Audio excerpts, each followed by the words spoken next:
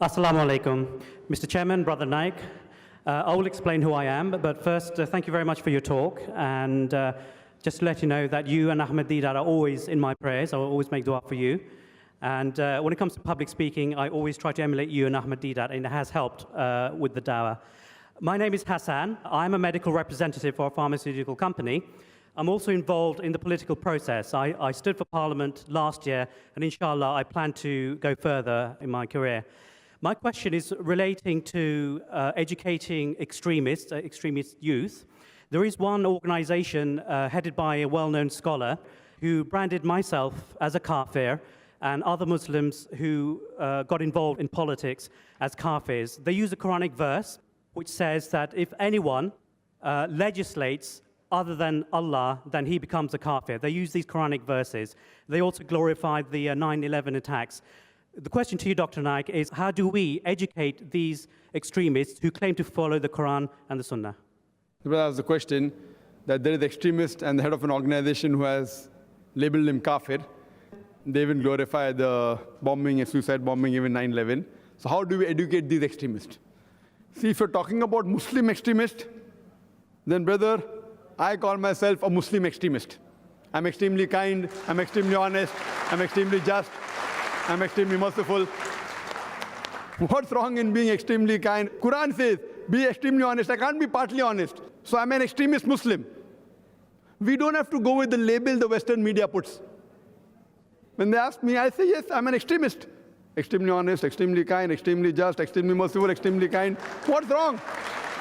And no Muslim can tell me that being extremely honest is wrong. The other people are partly honest, partly just. So what we have to do, that if you're an extremist Muslim, every Muslim should be an extremist, but extremist in the right direction, not in the wrong direction. We can't be extremely unjust, extremely dishonest. So if the media is telling that there are some Muslims who are extremists, I say every Muslim should be an extremist. Every Muslim should be a fundamentalist. If you're not a fundamentalist Muslim, then you're not a good Muslim. You're not a practicing Muslim. So what the media gives labels on us, we get apologetic. I'm not a fundamentalist, I'm not an extremist, so I'm an extremist. What you may be talking is about fanatics. The difference between a fanatic and an extremist. Now, I don't know who you're talking about, whether X, Y, Z. So my answer may be applicable to that person, may not be. But our beloved Prophet Muhammad said that if any Muslim calls any other Muslim a Kaafir, then that comes back to him. That means he becomes a Kaafir. Who said? Our beloved Prophet Muhammad. So if you are a Muslim, and if someone calls you a Kaafir, the person calling you becomes a Kaafir according to the hadith of Muhammad. Unless you have done an act of kufr, which he can really prove it, etc. Otherwise, the kufr comes back to him. Coming to the question that how can we educate those people who glorify these attacks, 9/11, London bombing, etc.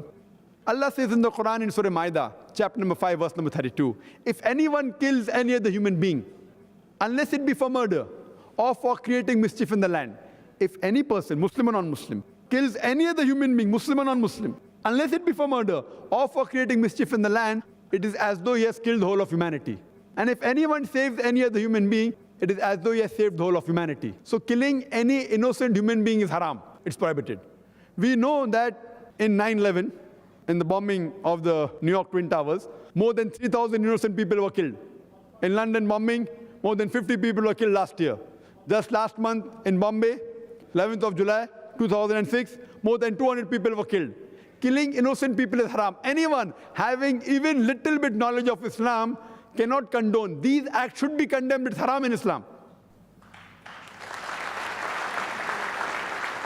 But there are many Muslims who have said this, especially in England and USA, I've heard, in front page. But why are you putting a full stop there? We also have to condemn the thousands of people who have been killed in Afghanistan, the thousands of people who have been killed in Iraq, the thousands of people who have killed in Bosnia, in Gujarat. Why do we stop there? When I asked a person in America, that why are you putting a full stop? But Zakir, the situation is such, we can't continue. What's the city? Who are you afraid of?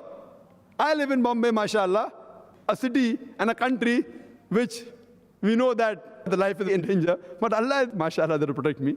Alhamdulillah. And why do you put a full stop where there's no full stop? Why? More people have been killed in Afghanistan than London bomb blast. More people have been killed in Iraq. Weapons of mass destruction. Did you find it? No. So why? So why are you keeping quiet? Who are you afraid of? Why? In the same breath, we have to condemn it. No, but the time is not right. What the time is not right?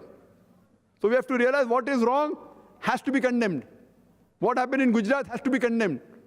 And if the people who are responsible for any evil act, if you catch that person and punish him, no problem. You can't catch an innocent person. If someone is killed in Gujarat, you do a bomb blast in Bombay. Why? Because the same community. Islam doesn't permit that. Imagine those innocent people who have been killed in the bomb blast in Bombay or London or New York. Those innocent people, their relatives, they'll become permanent enemies of those people who have done this. Yet the British government has not found out who did the London bomb blast. Yet no one knows who did the Bombay bomb blast. I'm not telling you Muslims have done it. Anyone who has done it, whether Muslim or non-Muslim, has to be condemned. A true Muslim who believes and submits his will to Allah will never do that. If someone is caught with a Muslim name, he may be a pseudo-Muslim, may having a name Abdullah, Sultan, Zakir, Muhammad, that's a different question. If it happens to be whether he is a Muslim or non-Muslim, he has to be condemned. If suppose certain Muslims think it is right, the relatives of the thousands of innocent people who have been killed, they'll become permanent enemies of Islam. How can we condone it? It's haram. What wrong have they done? What wrong have the people who were traveling in the trains in Bombay have done? The people who were there in the marketplace or in the tube where the bomb blast took place in London, so what wrong did they do? If you really can catch the culprit and punish him, no problem, do it. If you can't do it, then don't kill innocent people. Islam does not agree with that. And I gave a talk, is terrorism a Muslim monopoly, in Birmingham, NEC? And there I've told that if you go to the US site, US Department of Justice on info, please, if you go on that site, there are many terrorist organizations, more than 50% are Muslims, out of which Ulfa, India, has done 749 attacks in the last 16 years. More than any other terrorist organization, that organization is not mentioned there. Why? Al-Qaeda has mentioned 28 attacks, all suspects, none proved. Ulfa, 749 attacks, all proven. That is not there on their site. These acts should be condemned.